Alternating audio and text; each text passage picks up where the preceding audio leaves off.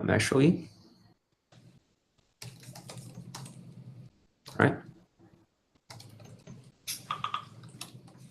We have one agenda today, which is the SPIFFE trust domain and bundle, presented by Ivan.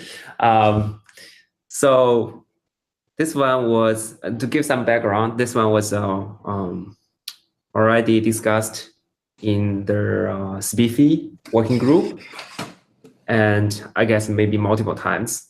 So, but we haven't presented here.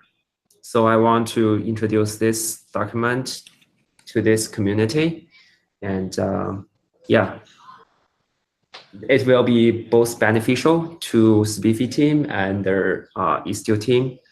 And also on our side, there's Istio team. We are planning to do this, support this trust domain and bundle as well, as following their SPIFFE standard. So yeah, I think Ivan can give a presentation about this, or just yeah, talk through this. And maybe if we have time, I can also talk about how Istio, how we think about this. Yeah, I'd be interested to hear that. So maybe would it be easier if I present this while I talk through it, or? Yeah, you can just talk through it. Okay, you can, if you like, you can present. You have a presentation? Yeah, well, no, I'm just gonna kind of fly through this document, but scroll control would be helpful. I can. Yeah, you can probably let Ivan present. Yeah, 1 second.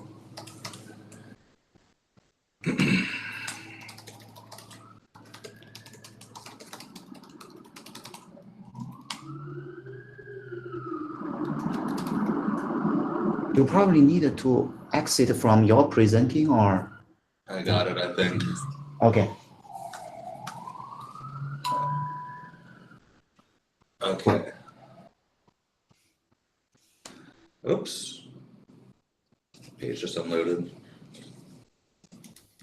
There we go. All right, so the scope of this document, we've been working on this document in the SPIFFE SIG spec group for several months now. It's kind of got to the point where it's mostly stabilized. There's a small number, I think two different kind of edits that are outstanding that we'd like to make before we publish it as a proposed specification. But you know, wanted to kind of take the time to present it to the Istio community today, to kind of get your guys' thoughts and feedback on it.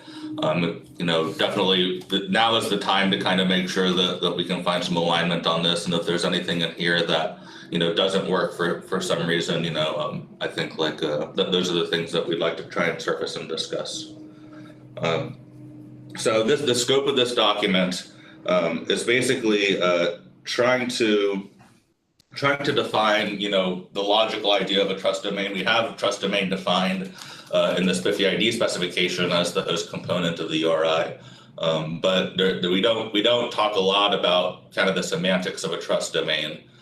We also use the term bundle a lot, but we haven't really defined that term and talked about what it means. And so this document is aimed at kind of putting some concrete, you know, not necessarily rules, but some concrete ideas around what is a trust domain, how should a trust domain behave, defining the format of this bundle, what is this bundle, and then also defining how this bundle can be exchanged, which is essentially federation.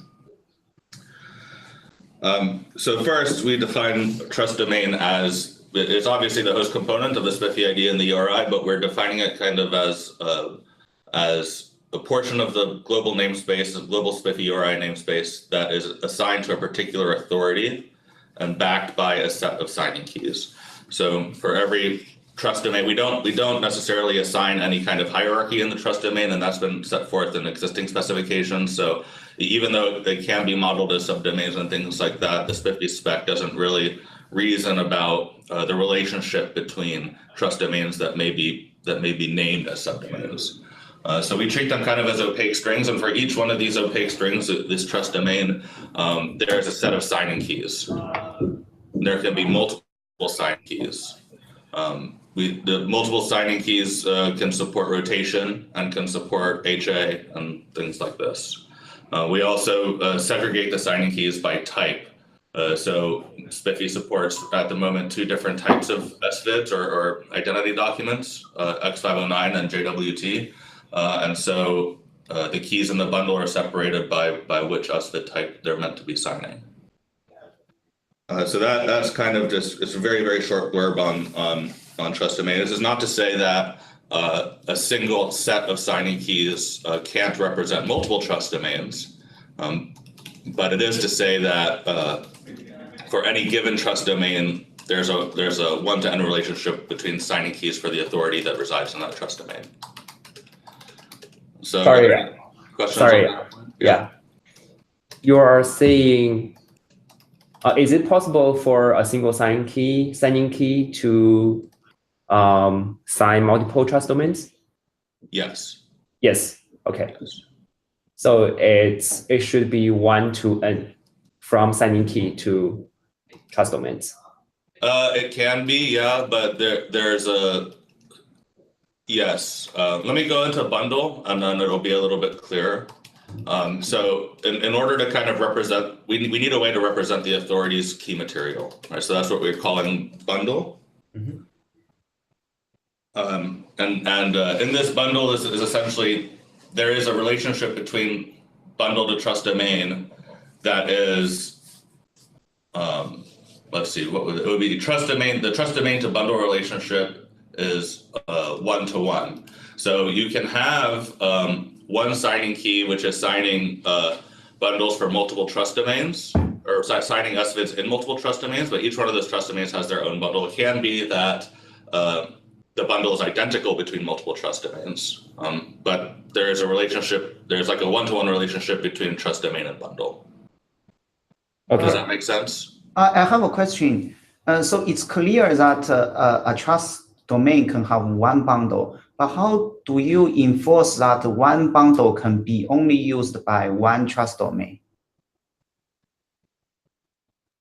So it is possible for one bundle, for the bundles between trust domains to be identical. So if you have trust domain 1 and trust domain 2, and they're both managed by the same authority, then trust domain 1 and trust domain 2 have their own bundles. However, they happen to be identical bundles that have the same. Yeah. So basically, what I mean is, with that definition, then it's not exactly 1-to-1, because one bundle, multiple trust domain can happen to use the same bundle. So Yes. it's one to n, still 1 to, I don't know how the correct terminology, but it's not exactly 1-1 mapping, right? Right. Yeah. It may not be 1-to-1 mapping in like the internal control plane implementation, but when it is surfaced, it becomes 1-to-1 mapping. So I know Istio does not use the workload API, but if you look at the workload API, we send bundles in a map where the key of the map is the name of the trust domain, and then the value is the bundle. So as it is exposed, it is exposed as a 1-to-1 relationship. Similarly, as we work through this document, when we get down a little bit further down, and we talk about exchange and federation of these bundles, you will see also that there is maintains a 1-to-1 relationship in these federation relationships as well. I think, yeah, from the, let me try to interpret this. From trust domain to bundle, it is always 1-to-1, right? Yes. Okay. And in your bundle, you may have multiple keys. Yes. So from one trust domain to key, it's a 1-to-n Yes. mapping. Yes. But those keys can be the same for different trust domains. Correct. We don't distinguish, we don't check, we don't enforce that different trust domains must use different keys. Correct. Right, okay. Okay. Have you finished, or could you? Yeah, I will continue. I think when we get a little further down, maybe some of this stuff will be a little clearer. So we define this bundle and its relationship to trust domain. We need to define format of the bundle. So, when these bundles are transmitted between trust domains or between control planes for different trust domains, how is it represented? We have, because we have different SVID types, we need kind of a flexible way to represent raw like public keys. So this problem is like fairly well solved in OIDC by using JWKS or JWK set. And JWK set is defined RFC 7517 as a document that allows you to essentially it's like an envelope for a public key material. It supports many different kinds of public keys, but it is not necessarily directly tied to the document type that public key represents. So by going with JWKS as the format for the SPIFFE bundle, we get a lot of flexibility and we get some degree of future proofing. If we introduce additional SVID type in the future, we will have a flexible way to advertise the public signing keys for that SVID type. I have a question on the terminology. So the bundle here, trust bundle, only contain public key, right? Yes. So for the, is there a terminology for the private key plus the bundle sent to the workload? Is there a terminology, or it's also called bundle to workload bundle? Or I just want to clarify because bundle is like you said in the beginning, bundle is used everywhere. I just want to have a clear understanding, the bundle exchanged between the Spire servers and the bundle received by workload. Right. So I can tell you how we have done this with the workload API. And again, I know that you guys are using it, but as an example, this bundle format is what we're going to call the SPIFFE bundle, right? And the SPIFFE bundle is very specific. It is this JWK format, and it is meant primarily for exchange between SPIFFE trust domains or exchange between SPIFFE implementations control planes. This is different than what we call bundle and workload API. On workload API, forget about the SVID and the private keys for a minute, but the workload still needs to be able to receive the public keys of the signing authorities for the various trust domains, right? And depending on the type of SVID that is being validated by the workload, it makes sense for different kinds of public key representations. So if we hand directly the SPIFFE bundle to the workload has got some extra work to do in order to make sense of it and make use of it, for instance, in X509 validation. So we avoid this in SPIFFE workload API, and in SPIFFE workload API for X509 related endpoints, we give a raw X509 bundle, which is just the X509 CA certificates for that trust domain. For JWT, we give the JWKS format that includes only the keys for the JWT signing keys. So when it comes time to interface with the workload, we do use the term bundle, but we use it in the context of the SVID type, what makes sense for validating that kind of SVID. And here, this SPIFFE bundle is separate and is kind of specific to a SPIFFE implementation and control plane communication. Okay, for the workload bundle, does workload bundle contain private key for the workload, or workload bundle is also only containing the public key? The workload bundle only contains the public keys for the authority in that trust domain. However, we do give the workload a private key and an SVID, but we are not giving obviously the private key of the authority to the workload. So we have a message called SVID message, which includes the SVID and the private key for that SVID. And then along with that, we provide the bundle, where the bundle has only the public keys for the issuing authority. Okay, yeah. Makes sense. Yeah. Okay. So in that sense, your workload needs to be able to understand this trust bundle when doing the authentication. So, right? Well, that's kind of what I was saying. In the Spiffy workload API, we give a bundle which is the one that makes sense for the SVID type, right? So we don't give it the Spiffy bundle, which is what this is. And perhaps I should amend this to say Spiffy bundle format or something. But this Spiffy bundle format is not meant to give directly to a workload. I mean, certainly you could, but the workload will have to make sense of that. So for us, we just give like the X509 CA certificates. That's it. We don't give this JWKS format bundle to the workload. So Ivan, I like your comment about renaming this bundle to Spiffy bundle something to be more specific, because you see bundle format, but you actually mentioned there are multiple subtleties here. Yeah. Sorry, I'm still having some difficulty to understand how this is implemented on the workload.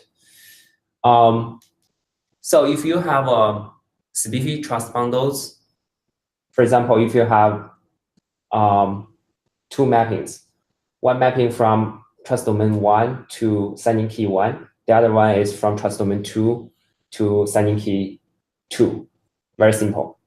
And then how you deliver that information onto the workloads so that workloads, when it's talking to trust domain 1 and trust domain 2, it understands to use the keys, key 1 and key 2, respectively. So these bits are covered on Spiffy workload API specification. I'm happy to talk about them. Oh, it's not covered in here. Right. Okay. Right. So this specification is focused more on connecting control planes together. Right. Right. And not necessarily the workload facing stuff. I'm interested in that because we want to implement that on Envoy. So basically, we need to modify Envoy to understand this mapping, right? Yes. Yes. Okay. Right. So I just want to make sure you have similar logic yes. in your workload as well. So you are modifying the library? Yeah. What we do is we have a Go library that uses TLS hooks. Okay. And the way that it's done, so the workload API will deliver to the workload a map, and the keys in the map are the trust domain, and the values are the bundle. So in the case of X509, the keys are trust domain 1, trust domain 2, and the values are a set of CA certificates for trust domain 1 and a set of CA certificates for trust domain 2. Mm-hmm. And the workload library will look at the client certificate that is being presented, and then we'll choose the correct bundle for validation based on the trust domain and the Spiffy ID, right? Right. Yeah. There's an alternative. You are exchanging the Spiffy trust bundle between the CAs, basically, right? Yes. Is it possible to exchange that? I'm just asking. Is it possible for the node agent, your Spire agent, to retrieve those Spiffy bundles from multiple CAs? Yes, it is possible. How do you compare those two approaches?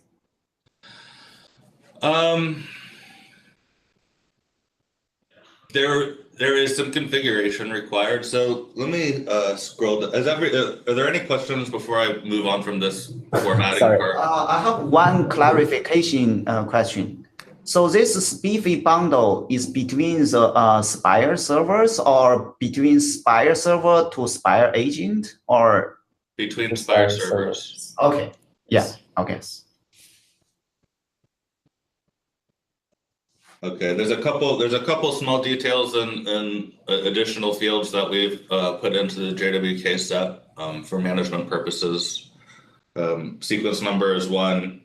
And we'll be putting in another one that will be a refresh hint so that consuming clients can know at what frequency they should check back for updated bundles. One follow-up question, Ivan. So the bundle format between the Spire server and the Spire agent, is it different from this bundle format or it's the same bundle format? That's a good question. I think right now it is the same. I'd have to go look and see what the current state is. Spire currently considers the API between the server and the agent to be kind of an internal API. We're discussing, it is kind of in flux as we add features. We're discussing stabilizing it and making it public API. But I think that it makes sense for that bundle to be the SPIFFE bundle that is transmitted from server to agent. When agent hands X509 SVID to a workload, then it can extract the X509 specific stuff or the JWT specific stuff, depending on the SVID it is giving to the workload. Yeah, makes sense. That makes sense. By the way, how do you call this API? Do you call this like Trust Bundle API, or I mean the API for the exchange? I think we've been calling it the bundle endpoint. It is not. I don't know if API is the right word. So we've been calling it bundle endpoint, and it follows similar mechanism as JWT URI for OIDC. So it is nominally transmitted with TLS protected HTTP GET. And you define the endpoint for a particular trust domain. This trust domain is served at this endpoint.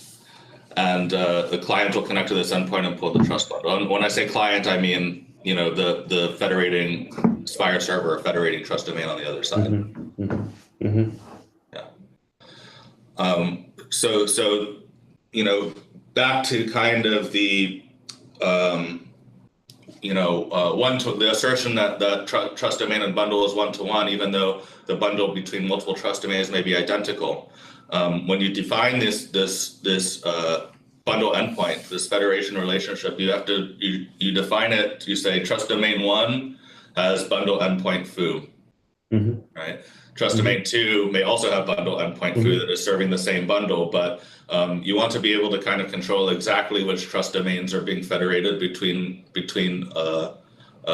control planes. And when we send that mapping, we know, hey, even though trust domain 1 and 2 have the same bundle, we've really only federated with trust domain 1, and so we will include only trust domain 1 in that federation map that we send the workload. Sure. Okay. So do you have like a centralized CA to prevent one federating CA to lie about its ownership of trust domain? Let's say I'm an attacker. I say I'm an owner of trust domain 1, and the keys are etc. etc. But do you have like a centralized CA that governing all these federating, servers, Spire servers, to prevent someone to lie about their ownership of trust domain? Or you use some explicit trust relationship saying, I trust you, so I only, if you send me your trust bundle, I only trust you are like the authoritative, resource for that trust domain. So I wish to know what's the solution here. So we don't provide any way to discover the trust domain endpoint, and we do this purposefully. And so the way that you would do this federation is kind of down here on this section. You would manually configure the name of the trust domain and the endpoint that is serving the bundle for that trust domain. So in order to lie, the operator has to be tricked, essentially. Oh, okay, I see. So basically the operator specifies the endpoint to retrieve the trust bundle information. Right. So the attacker, unless the attacker can trick to configure that endpoint or can trick the operator to set that endpoint. So basically, this is a manual step. Correct. Okay. Correct. So this trust domain endpoint tuple is kind of going back to the original question of the one-to-one relationship between trust domain and bundle. This configured trust domain to endpoint tuple is kind of where that starts to show up.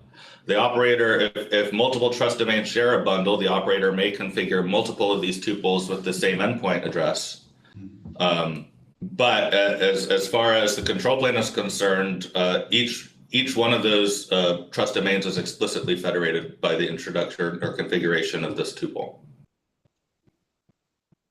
Does that make sense? Makes sense. I think this is actually secure, even though there is a tiny step of, set the endpoint, but it's kind of secure and it's simple. Yeah, that's the goal. And the Yeah, goal is simple also, is nice. the goal is also to be as compatible as possible with existing OIDC works. So we have a little bit of research to do on coexistence of existing OIDC key material with the SPIFFE key material, but this has been written in such a way that we hope that it should be free or very easy to adopt support for this in existing OIDC libraries. The only thing that I'm thinking about is this trust bundle needs to be enforced on their workloads, and in order to do that, we have to use customized libraries or proxies. Yeah, well, so as I was saying, trying to kind of clarify before that you wouldn't. This specification doesn't really say anything about the format of the bundle which you give the workload. So that's right. So I wouldn't necessarily recommend giving a workload a SPIFFE bundle. I mean, you certainly could if you wanted to. It makes more sense to give a bundle that is, the bundle that will be expected in the context of the document type. So in the X509 document type, the bundle that would be expected is a set of CA certificates.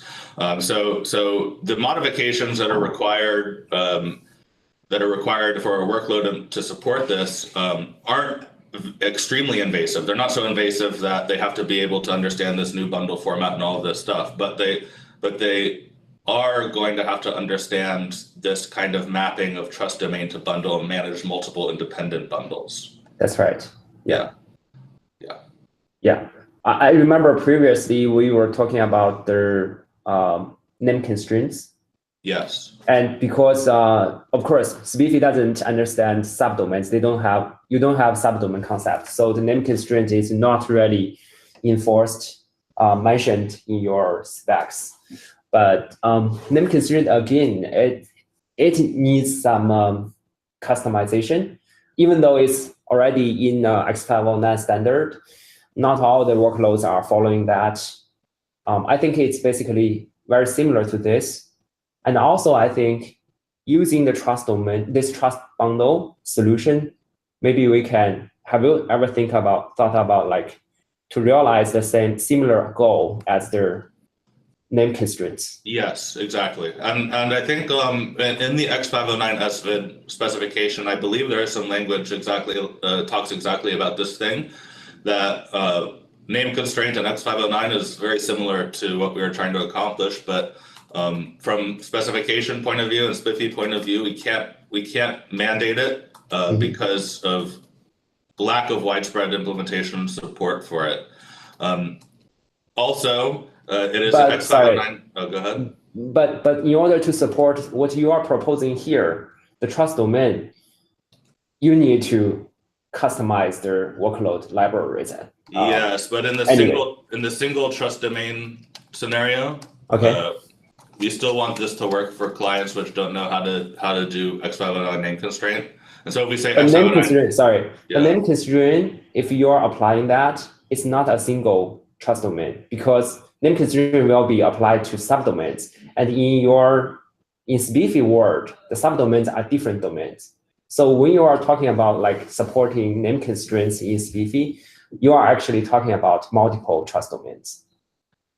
Yeah, but the way that the specs are broken down, right? Like the X509 SVID spec can either say name constraint is required to be set. It can say name constraint will be set if and only if you are planning on federating with others, or name constraint is optional, right? So it's a little bit of a, and to introduce name constraint support where you did not have it before, it can be disruptive and, it's not fun in games. So either we require it or we don't. And we chose not to for a number of reasons. widespread support being one, single trust domain case being another. The name constraint is required to be set as critical. So if a workload encounters a CA chain that has name constraint set and it doesn't know how to do URI name constraint, then it will reject this certificate. Also, it is specific to X509. We have JWT SVID, and we'll have additional SVID types in the future, and name constraint can't work there. Yeah. So Ivan, I have a question on the enforcement on workload of the SPIFFE bundle. So if I recall correctly, the SDS validation context, it doesn't have the concept of scope. Basically, if you pass a few public certificate, then they will treat them as no scope related, no scope constraint for them. So basically, how does the concept of for trust domain 1, you can only the bundle is the certificate 1, 2, and 3. How does this is actually implementable on SDS, or you need to change the Envoy SDS API in order to support this scoping for the for the trust domain? Right. Yeah. So this concept that there is one bundle to rule them all, and it's filled with all the different CAs in the world that we trust, is one that I think has a lot of flaws, and so this scoping is trying to work around some of those flaws by saying this authority is good for this one trust. Yeah. So in the context of SDS API, we have a SDS API support Inspire, and the way that we have managed validation context is that we name the validation context resource with the trust domain. So the trust domain that we are sending the bundle. So trust domain number 1, we have bundles for it. We send a validation context called trust domain 1. Trust domain 2, we have bundles for it. We send another validation context called trust domain 2. So for any given listener, at this point in time, you have to configure it for, hey, this listener is going to be authenticating connections on this trust domain or that trust domain. So we can send the multiple bundles. However, they have to be configured on a case-by-case basis. Yeah, but then, so if I understand correctly, if with this approach, they are configured case by case based on different trust domain, what if this listener get, the connection from trust domain 1 and trust domain 2? They are not, for example, right now, if they are configured for trust domain 1, and then a packet from trust domain 2, then they are not be able to validate it, right? Or yeah, that's correct. You would have to have one listener per trust domain. okay, I see. So basically, you are saying your way of enforcing it is you have multiple listeners, and this multiple listener each configured for different trust domains. Right. Okay. This is how we work around the current state in Envoy, right? It can be done better with the logic we discussed before, and you could do it with a single listener, but that will require changes. So given what we have today with SDS API and the current state of Envoy, then we do the federation like this. Oh, you call it a workaround because there's multiple listener each on different ports, so it's a workaround. Not on the. It's not as nice as on the this same port you right. have. Okay. Yeah. I don't know. Maybe other people do.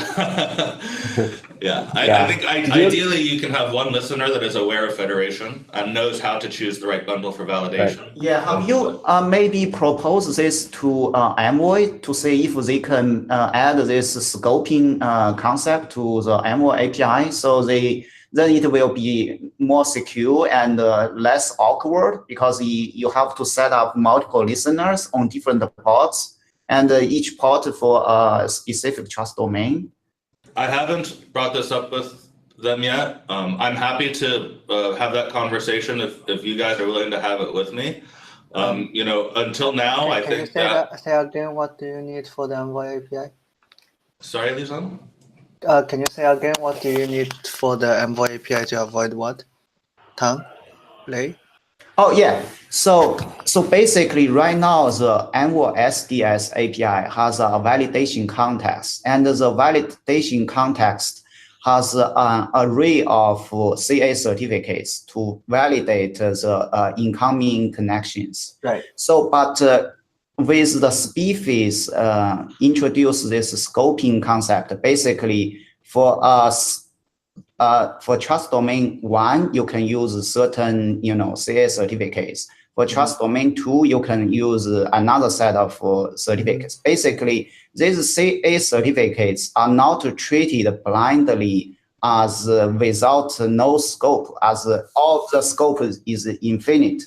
So this scoping right now, if I understand correctly, is not directly supported by SDS API. So what we are proposing is whether the SDS API can be extended to support the scoping for the validation for the trust domain. Basically, the CA certificates has a trust domain associated with it. Okay, I think that will be reasonable if no alternative way to configure that. That at least sounds reasonable at this moment. Yeah, so I think Ivan mentions the current workaround is to set up multiple listeners, each listener for a specific trust domain. I think it's not as nice as with this support building. Yeah, that's a workaround. But you still need the different filter chains for different trust domains, no? I don't think that's possible, right? Like how do you distinguish them? Like you can only distinguish them by their certificate. Oh, okay. Yes. They are presenting different certificates. Then you are seeing, oh, you are from trust domain 1, you are from trust domain 2. There's no other way. You cannot distinguish them by port. You cannot distinguish them by IP. Yeah. I doubt we need to modify the OpenSSL library, the boring SSL library to do that. I really have no idea how difficult that will be. Yeah, I think that might be touching the TLS internal stuff, but yeah. Okay, I think I'm fine for now. Go ahead, Ivan. Okay. Sorry. Yeah. In order for Envoy SDS to support that nicely, we need to scope how much work we need to do. Even if your team have some resource to work on this, that would be nice. We can work together. Yeah, I'll ask around and see if we have someone available and maybe have a look and start a document describing the problem first, and showing the current workaround, and then discussing what the ideal state would be. Right. And then maybe get some input from you all on suggested paths forward to reach that ideal state. Sounds good. Yeah. Thank you. That'll be nice. Okay.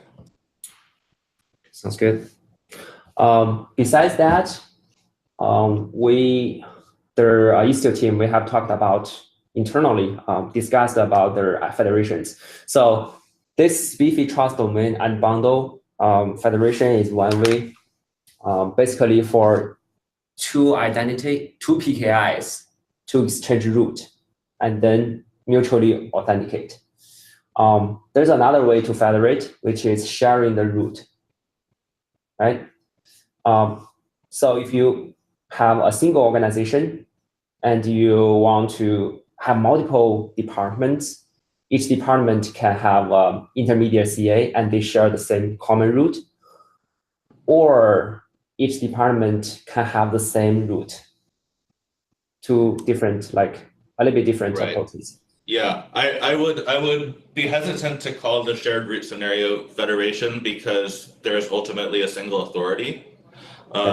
It is possible, certainly, and doing this is a supported configuration under SPIFFE, and it is supported just by vanilla trust domain and X59 SFID. In that scenario, you almost certainly want to be having name constraint.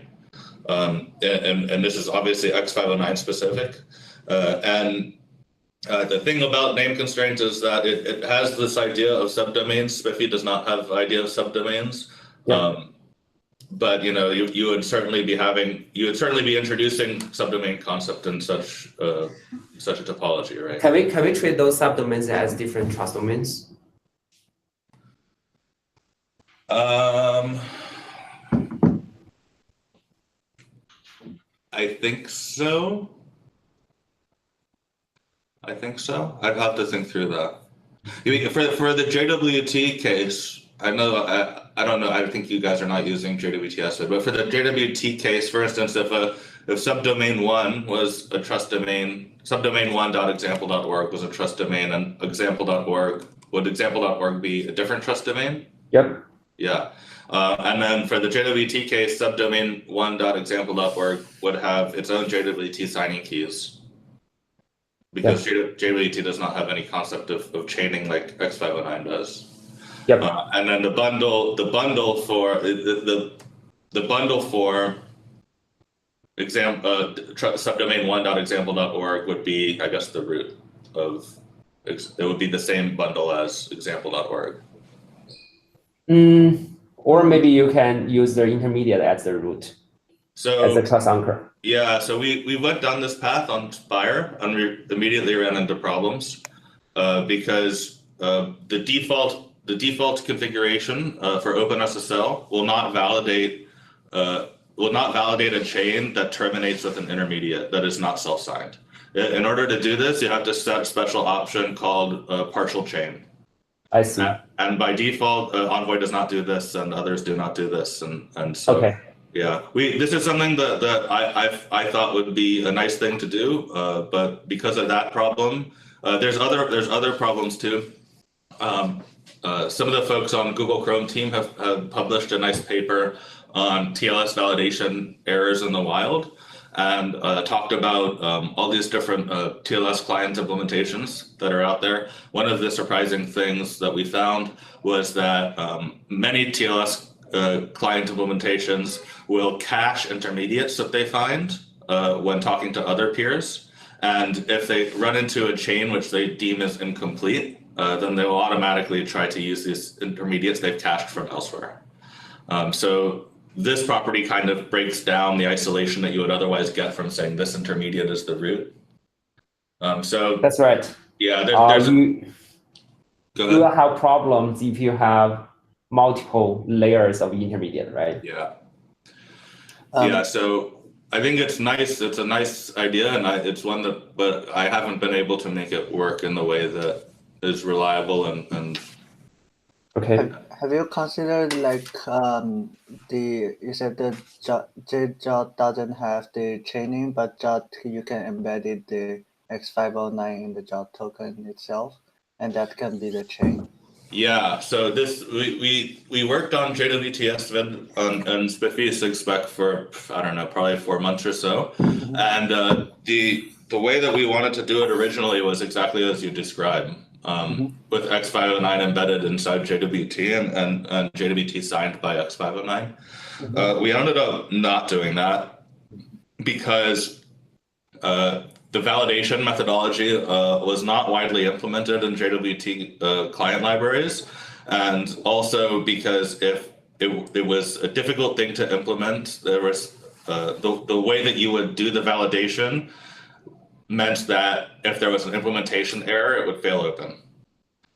And this particular property we were worried about because we have seen lots of people implement JWT validation incorrectly. And having that failure mode be fail open and say that JWT is valid when it is not was one that we weren't very comfortable with. I think that in the long run, we would like to have either rev the current JWT document or introduce a new one that allows for these chaining properties and some of the other distributed signing and some of the nicer properties that we would prefer to have. But the main goal of the JWT spec that we have now was be compatible with existing software and having the chain validation, X509 chain validation in JWT, even though the RFC supports this, was not a commonly implemented or supported thing that we were able to find. That's reasonable. Yeah. Okay. So this is the last piece of the document here, which is basically just kind of addressing the problem of how do you authenticate this bundle endpoint. We say that you use TLS and HTTP, but how exactly do you know that the TLS cert is valid and so on and so forth? How do you go about bootstrapping that first connection? So this specification does not actually say you must do it this way, or you must use this protocol, or you must do it that way. Rather, we give some guidelines, and we say, here's 2 recommended authentication strategies that we recommend you support. The first is just using WebPKI to protect the TLS endpoint. So you would give the endpoint address in terms of like DNS name, and then the trust domain which represents it, and you'll do WebPKI and secure name validation this way. Okay. Is this bundle endpoint a push model or a pull model? It's a pull model. A pull, okay. Yeah. So it is for all intents and purposes, the mechanics here are identical to JWKS URI semantics for OIDC, where you just publish a very basic endpoint that has this publishing this JWKS document. And when you want to federate, you're configured with the endpoint address and some authentication information, and you pull it. I see. How frequently it should pull? So one of the action items that came out of the last SIG-spec call we had was exactly this question. The current OIDC does not have a lot to say, but in practice, the way people are doing it is by setting cache control headers on the HTTP response. This document does not mandate the use of HTTP for transmission, although we recommend it. But because people might have custom distribution mechanisms and things like this, there is a pending action item to amend this document with a new field in JWKS document that will be called the spiffy refresh hint. And the publisher of the bundle will be able to say in seconds, you should probably check back on this frequency. Okay. If you're using HTTP and OIDC and stuff like that, you're free to use cache control header also. And spiffy refresh hints will not be required, but recommended. Okay. All right. Yeah. So WebPKI is one of recommended authentication methods for authenticating bundle endpoint. Second recommended authentication method is just to use spiffy authentication. Of course, when you're being introduced to a trust domain that you don't know anything about, it is necessary to bootstrap that if you're not using WebPKI. So spiffy authentication, when you configure the trust domain and the endpoint tuple, additionally requires that the operator provide an initial bundle. And then that initial bundle is what is used to authenticate the endpoint. From then on, the bundle rotation can happen inbound. But in order to bootstrap this first connection, additional configuration is required. So like I mentioned, we do not mandate that you do any of these. These are just kind of like the recommendation. I have already spoken to some folks who are building internal distribution mechanisms for this bundle, and that is on them. But I think that supporting WebPKI or spiffy auth with HTTP GET and TLS is strongly recommended to be supported as kind of the de facto exchange method. Okay. So that is the last part of this document that we have now. The only pending things I have to make this update for spiffy refresh hint, and we will write in the security considerations as well. Below this document, we have a number of amendments. So we will amend X509 SVID document, and we will also amend the JWT SVID document. The way that this is structured is that I mentioned that within this JWKS we have keys that represent multiple SVID types that are authorities for issuing multiple SVID types. So the semantics of each one of those types is defined actually in the SVID specification. So, for example, the X509 SVID amendment for this details exactly how X509 certificate is represented as a JWK entry. So this is to say that the use parameter must be set to X509 SVID, and the X5C parameter is used to store X509 certificate. There's a similar text around JWT. And the idea here is that as we introduce new SVID types, in the SVID specification, we can define directly how the keys for this SVID type are represented in the bundle, and we do not have to continually update the trust domain and bundle specification to support them.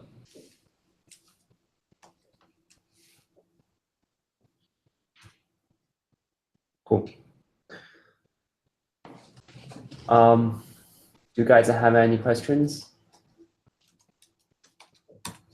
I think for our side, the AI of this, one of the AIs of this meeting is to have SPIFFE and Istio teams to cooperate to propose a design doc on Envoy SDS, how to support the workload trust bundle, right? Yeah. Okay. Will you guys start a doc and add us to it, or? Yes, we can do that. All right, thank you. And on our side, we will think about how to propose the solutions for our customers to federate different trust domains. Do the federations maybe across trust domains or across multiple clusters? If they want to use a single trust domain, maybe they can share. They can use the single root of trust. Even though it's not very interesting to SPIFFE, we want to keep that option open. Yeah, I think that's definitely a valid use case, and it's one that SPIFFE supports now. You know, I think that it would be useful to further explore the meaning of a trust domain in the shared root scenario. Mm-hmm. I think, like, traditionally, SPIFFE sees trust domain as a security domain, a security failure domain. Sure. And perhaps it's not necessarily exactly the same semantics if there's a shared root. Yep. So it will be interesting to explore that further. Yes, we will explore that. For with the use of intermediate CAs, maybe we can try to rely on the trust domain, the trust bundles to investigate, to propose a new way for the users to have a single root, but with multiple trust domains. Yeah, we have changes that are being published in Spire that will allow multiple intermediates and the chain to be formed, but currently this is limited to a single trust domain. Okay. Even for Spire project, it'll be interesting to understand the implications of supporting multiple trust domains within the same PKI hierarchy. Right. Yes. Okay. So one comment about this document. I just did a search. I think this document, even though it mentions SVID like 43 times, but it's not defined. That's a good point. We've defined SVID in a separate document. So that's a very early doc. Yeah. Maybe I can point that to you. Yeah. Yes, please leave a comment, and at the beginning of the document we'll put a reference. Okay. Yeah. Thank you for that. Sorry. Right. I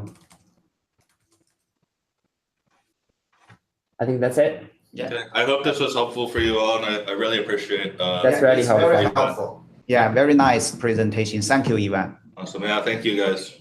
All right. Thank you. Bye. Bye. Thank you. Bye. Mm-hmm. Bye.